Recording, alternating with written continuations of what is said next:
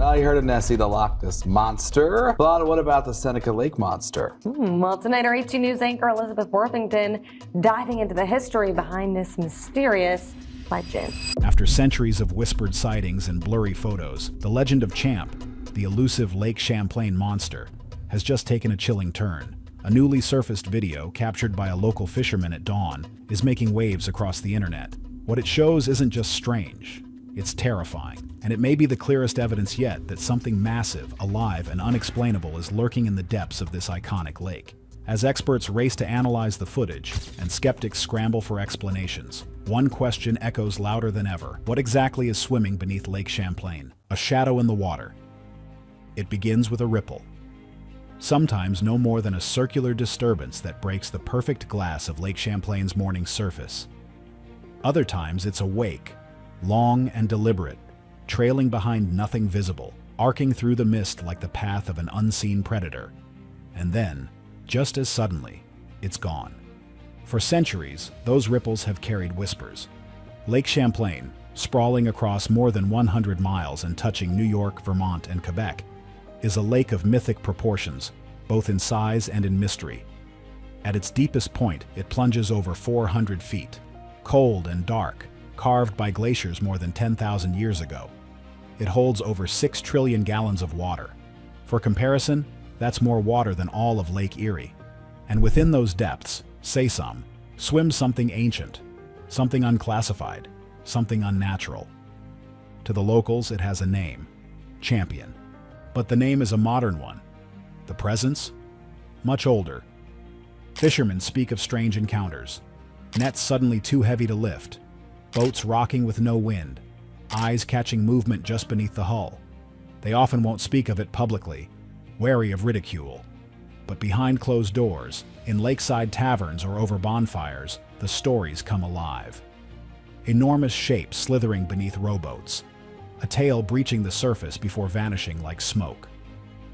Tourists have captured blurry images, some showing strange humps breaking the water, others featuring silhouettes that defy easy explanation.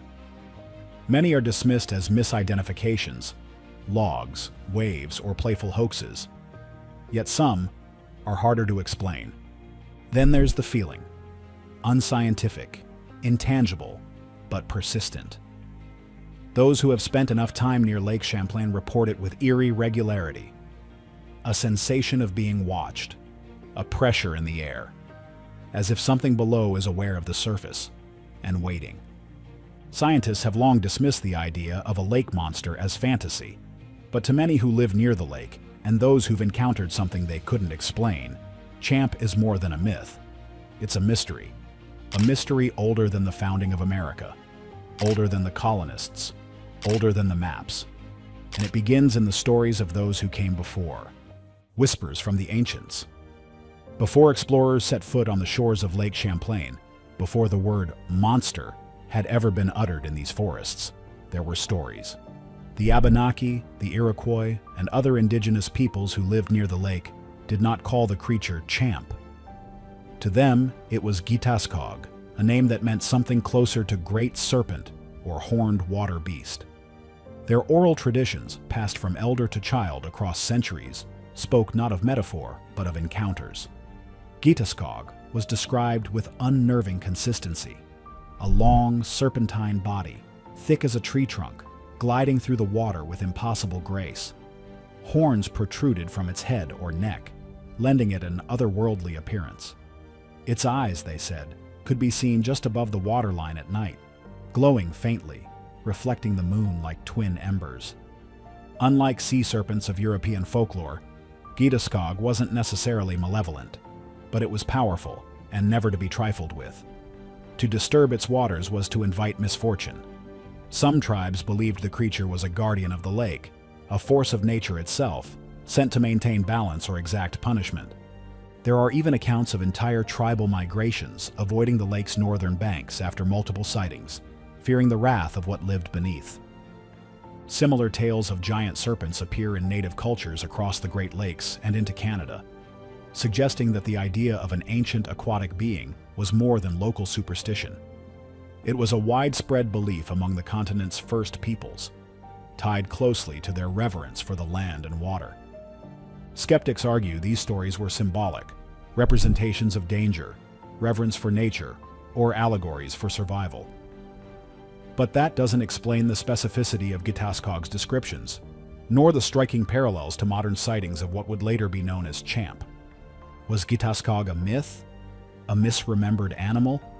Or could it have been a real creature, possibly now extinct, or surviving in the deepest, coldest reaches of Lake Champlain?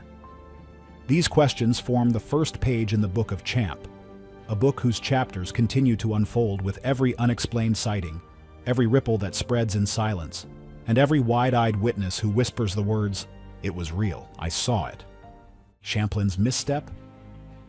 The year was 1609 when French explorer Samuel de Champlain, a seasoned cartographer and founder of New France, paddled his way through what would eventually become the Great Lake bearing his name. His expedition up the Richelieu River into the heart of the region marked the beginning of a new European era in the Northeast. But buried within his field, notes lies a line that would ignite centuries of speculation. Champlain described, rather matter-of-factly, a monstrous fish, seen not in Lake Champlain itself, but in the waters of the St. Lawrence River, or possibly the Richelieu. He wrote that it was as long as a man's body, with jaws like a pig's, and armed with sharp, dangerous teeth. To the average reader, the account seems intriguing, if vague, but to legend seekers, it was pure dynamite. Though Champlain never explicitly claimed to see a lake monster in Lake Champlain, the details blurred over time. Oral history, retellings, and imaginative leaps did the rest. By the mid-1800s, the explorer's name had become entwined with the monster myth. For some, it was an open and shut case. The very man who named the lake had seen something in its waters. What more proof did anyone need? But historians were quick to step in with more grounded explanations. Most now believe that what Champlain saw was a long-nosed gar, a real, living fossil that still swims in northeastern waters. The gar has a long, slender body, armored scales, and a mouth filled with needle-like teeth. Under the right light, it can appear almost prehistoric, even terrifying. The problem? Even if Champlain had seen such a creature, he wasn't near Lake Champlain at the time of his description. The association was a historical misplacement, an error of geography, fueled by imagination and desperation for confirmation. Still, for those drawn to the mystery, the facts were irrelevant. They wanted to believe. And now the lake's very name was forever tied to a shadow, one that lurked beneath its mirrored surface, waiting. Port Henry's Panic, the 1819 sighting. 2 centuries after Champlain's arrival, the myth roared back to life. On July 22, 1819, the sun hung low over the quiet waters off Port Henry, New York, a lakeside village nestled on the western banks of Lake Champlain. It was a peaceful summer day when Captain Crum, a local mariner and respected man of the water, spotted something extraordinary. He claimed he saw a creature unlike anything he had ever encountered, a serpentine figure gliding beneath the waves. In his sworn statement, published in the Plattsburgh Republican, Crum described the being as 187 feet long, black in color, its skin smooth and glistening under the midday sun. Its head, he said, resembled that of a seahorse, elongated, curved, with distinct ridges. What set Crum's account apart was the specificity. He said he saw 3 teeth, eyes the color of peeled onions, and a band of silvery white encircling its neck. The monster remained visible for several minutes, not seconds, long enough for Crum and his crew to track its gentle, deliberate movements through the water. No splashing, no thrashing. Just a smooth, hypnotic undulation, as if the lake itself had come alive. Was it a hoax? An optical illusion? Some dismissed it as a school of fish moving in formation, or perhaps a floating log distorted by waves and distance. But others were not so sure. Crum was not known as a storyteller or a man prone to exaggeration. He had no reason to lie, no book to sell, no public attention to crave, and he wasn't alone. Over a dozen witnesses, scattered along the shoreline that day, reported seeing a disturbance in the water. Some claimed they, too, saw the same glimmering arc rise above the waves. The Plattsburgh Republican article triggered what some now call Champlain's first panic. Within days, more people lined the shorelines with spyglasses and rifles. Newspapers speculated wildly, fueling public curiosity and dread. Sketches of the creature appeared in penny publications, long eel-like beasts with bulging eyes and flowing manes. More troubling still, some residents began reporting missing livestock and strange disturbances near the lake at night. Though never confirmed, rumors spread that the beast had grown more active or more hungry. In many ways, Crumb's sighting marked the turning point. Champ was no longer just a legend whispered by native elders or carried in vague French notes. It had become something else entirely, an eyewitnessed creature, a story with dates and names and a place in print. From this moment on, Lake Champlain would be known for more than its scenic beauty or strategic geography. The photograph that changed everything. But then real footage was captured that changed everything. The year was 1977, and summer had drawn a warm stillness over the waters of Lake Champlain. It was the kind of serene day that made families linger near the shoreline a little longer.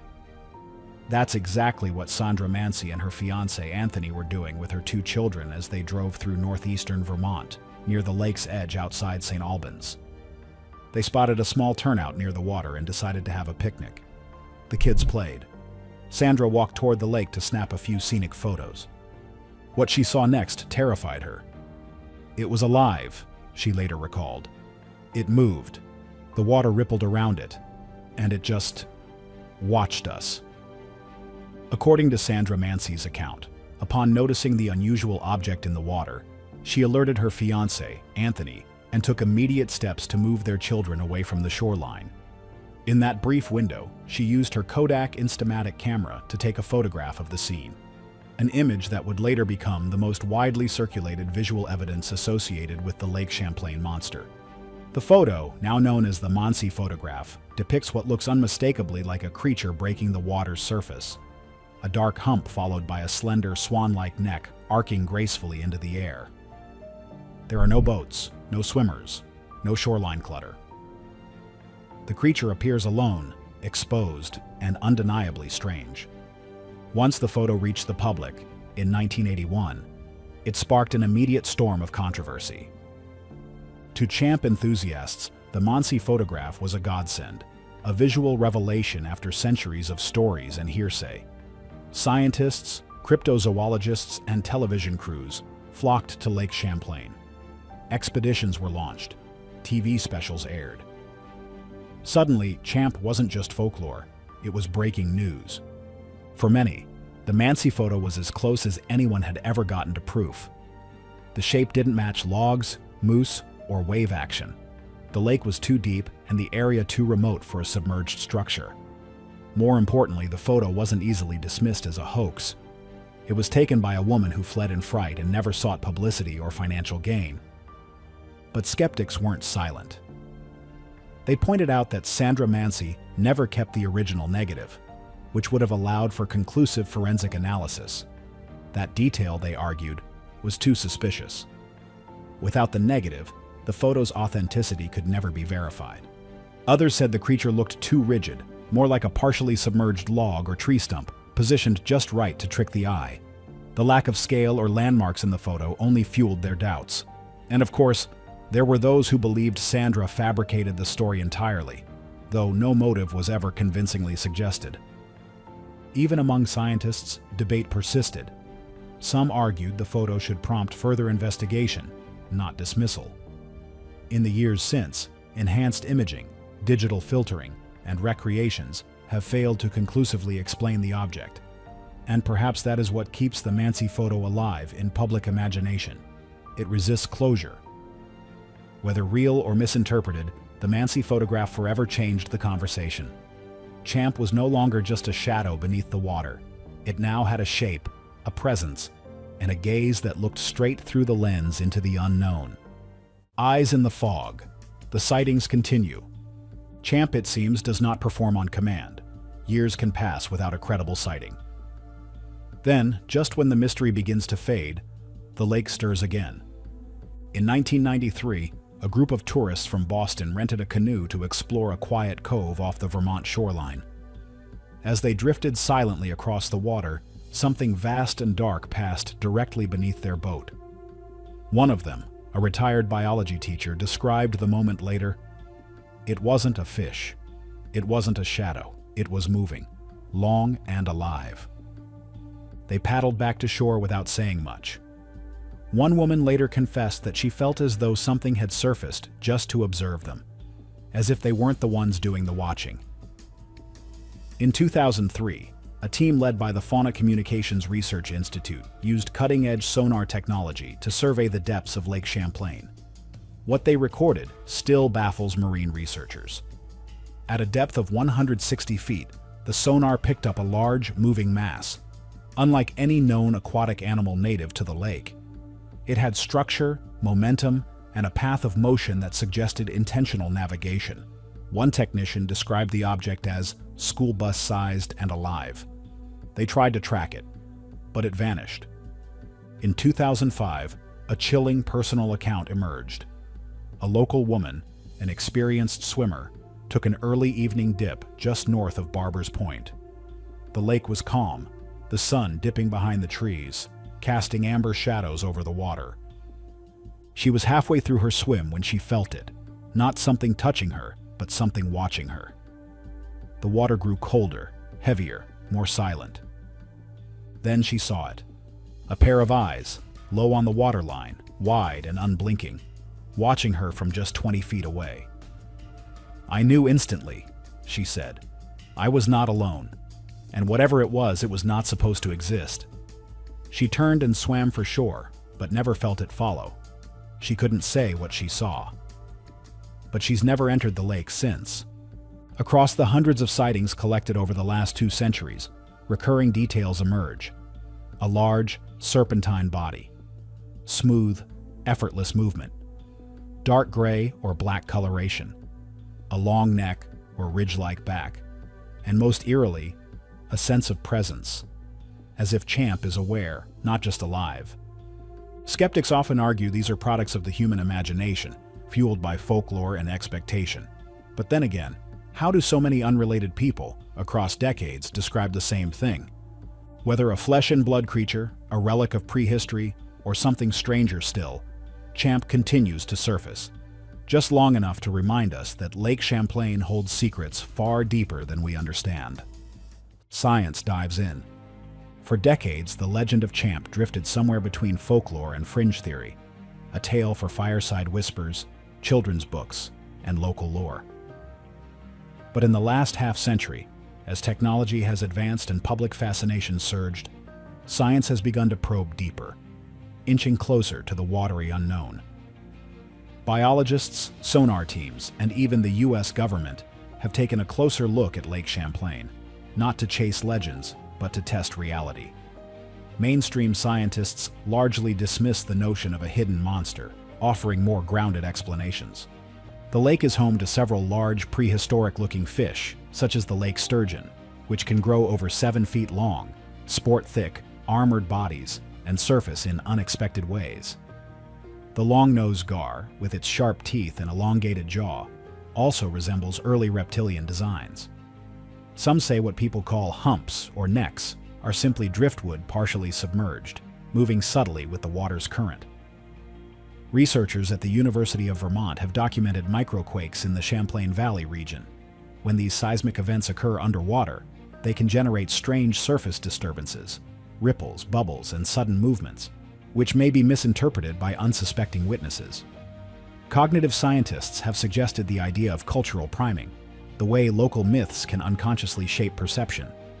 If you're told Lake Champlain hides a monster and you see something odd in the water, your brain may fill in the blanks with something legendary. Yet despite these rational theories, something continues to stir below. In 2003, the Fauna Communications Research Institute conducted a series of deep sonar sweeps across multiple sectors of the lake. Their findings, still unexplained, revealed large moving shapes between 130 and 180 feet below the surface. The sonar signatures did not resemble schools of fish, man-made debris, or geological formations. Some were described as torpedo-shaped, moving in smooth arcs. Others appeared to linger at the bottom for hours before suddenly disappearing.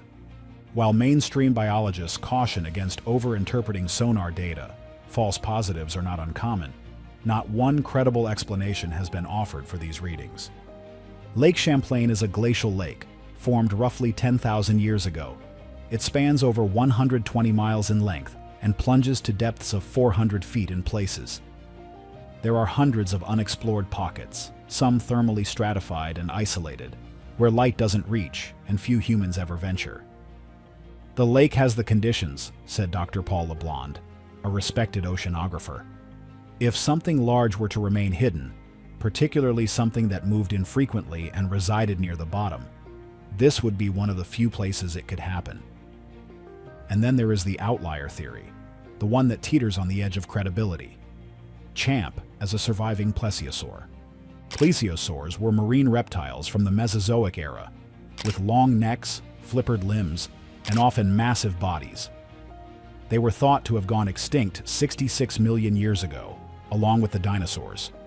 Yet some cryptozoologists argue that an evolutionary offshoot could have adapted to freshwater, retreating into remote glacial lakes like Champlain during the Ice Age. They point to the similarity between eyewitness descriptions and plesiosaur reconstructions. It is, admittedly, a long shot. The fossil record shows no evidence of plesiosaurs surviving into the modern era. The climate, food supply, and isolation required would be staggering. Still, science isn't always just about certainty, it's also about curiosity. And for a small but determined group of researchers and explorers, that curiosity runs deep. Champ Day and the cultural embrace. Despite the debate, the legend of Champ has never drowned under the weight of skepticism. Instead, it has surfaced in full celebration, not just as a local tale, but as a cultural identity. Each year in Port Henry, New York, the lakeside town transforms for its beloved tradition, Champ Day. On the first Sunday of August, streets close and banners wave. Booths line the harbor walk, children parade in homemade monster costumes, and local artists showcase crafts inspired by Champ. A massive float, shaped like a green smiling sea serpent, glides down Main Street while crowds cheer. There are Champ-shaped cookies, Champ trivia contests, and an annual Champ Call contest, where participants bellow into the lake, hoping for a reply. The winner is often awarded a plush Champ toy, or, as locals joke, eternal bragging rights. But Champ Day is more than novelty. It's a ritual, a multi-generational rite where grandfathers recount sightings from the 40s and 50s, and teenagers post TikToks of Champ-themed dance-offs. The myth becomes an inheritance, passed with pride. Champ is no longer just a cryptid or lake dweller. It's a symbol of wonder, a reminder that not all mysteries need solving, that in a world often too quick to flatten the unknown with facts, there's still space for imagination. Where some see a prehistoric relic, others see a living metaphor. For community, for curiosity, for the magic that can still exist in overlooked corners of the natural world. What do you think about this legend? Let us know what you think in the comments below. Thanks for watching. Until next time.